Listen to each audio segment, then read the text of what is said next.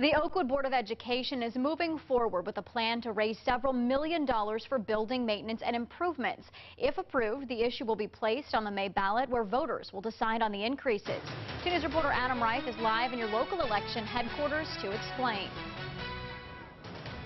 Oakwood Board of Education President Todd Duell says this funding request is not their first choice or even their second choice, but he says it is their best option right now. Duell says districts all across the state of Ohio are not getting what they need from Columbus, and that means they must turn to taxpayers for help.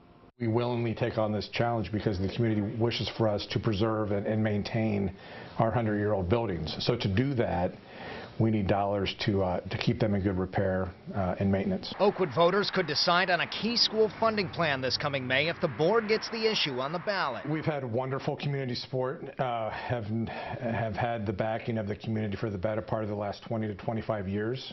So we're fortunate to have our community support. Duell says there will be 2 parts to the request and stresses each is critical and equally important. The first part, a $4.99 million operating levy to cover day-to-day expenses. The second part is a $2.7 million bond, expected to raise $18 million for infrastructure improvements. Duell says the lack of funding from the Capitol poses problems when districts try to make long-term plans. Incredibly difficult. We've been operating under an unconstitutionally school-funded mandate for the better part of 25 years, so it makes every public school district's job inherently difficult. And so the Oakwood Board is forging forward, confident they'll get support. We're optimistic, sure.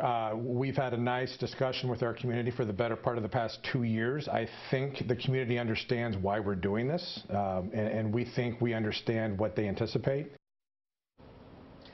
Todd Duell did acknowledge the sometimes high cost of maintaining older buildings, but he then pointed to the even higher cost of tearing them down and building new.